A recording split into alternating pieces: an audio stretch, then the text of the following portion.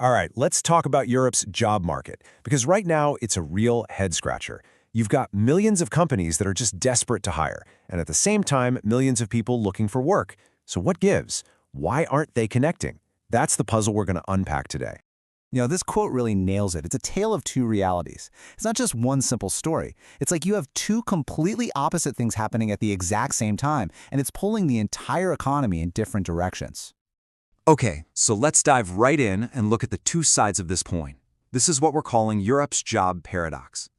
So here it is, in a nutshell. On one side, you have companies with help-wanted signs practically everywhere. We're talking millions of jobs just sitting empty. And then, on the other side, you've got millions of people actively pounding the pavement, looking for a job. I mean, how can both of those things be true at once? It just doesn't seem to add up.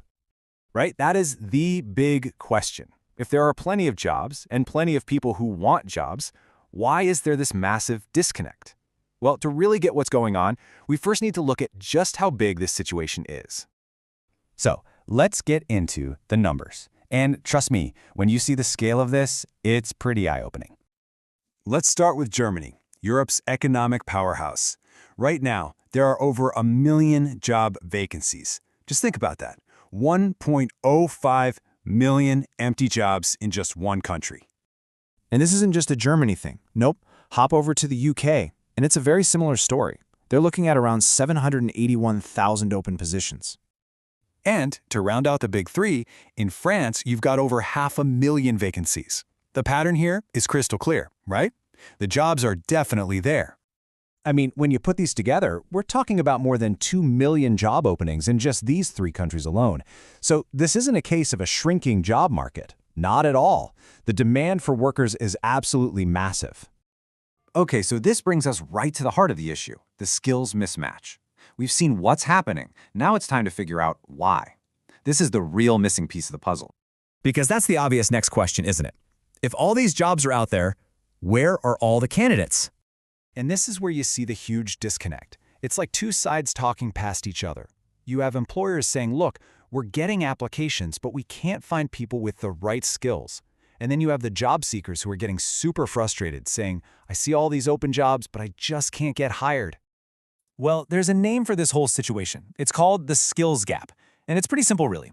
It's a mismatch between the skills that people have and the skills that companies need. The two sides are just completely out of sync. And look, this isn't just some theory. Check out this number. A whopping 82% of employers in big economies like Germany and Greece are saying straight up that they're struggling with skill shortages. That's the reality on the ground for these businesses. So we've laid out this pretty huge economic challenge. But here's a thought.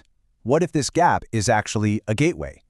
What if for you, for anyone looking to get ahead in their career, this problem is actually a massive opportunity in disguise? Because here's the most important thing to remember. The big takeaway here isn't that there are no jobs. That's not the story at all.